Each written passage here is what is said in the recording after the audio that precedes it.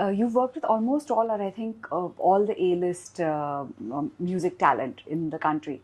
So, are there any of them who are really huge now, but they started off really humble, and you've interacted with them in the beginning?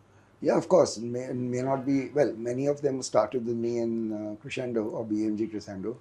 But before that, like I said earlier, I was working with CBS Records in the 80s. Okay. One is A.R. Rahman. I think this was when I started working with Magna Sound. So somebody in the Magna Sound office, A.R. Rahman used to play in a band. He was a keyboard player in a band in Madras, as it was called in those days. And somebody said, there's this great keyboard player and, he wants to do some music. He writes, he composes. So I used to go to Bangalore very often. And he used to come to meet me by train from Chennai. And I used to give him a list of 10, English songs, for which I used to tell him, please make instrumental cover versions of these and A.R. give it to Rahman? us. Yeah. And, and I think it was 2,000 rupees a song, so 20,000 for an album of 10 songs. And well, in those days, there were no bank transfers and all, you needed a check.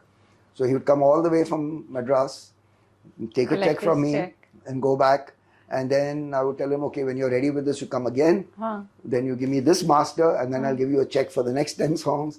So he did that a few times. Those days he was not called A.R. Rahman. He was Dilip, which was his original name. At that time he was Dilip. Converted, yeah. So, well, that was a humble beginning. That's how and he asked me at that time, can I do any original music? And I said, no, there's no market for original.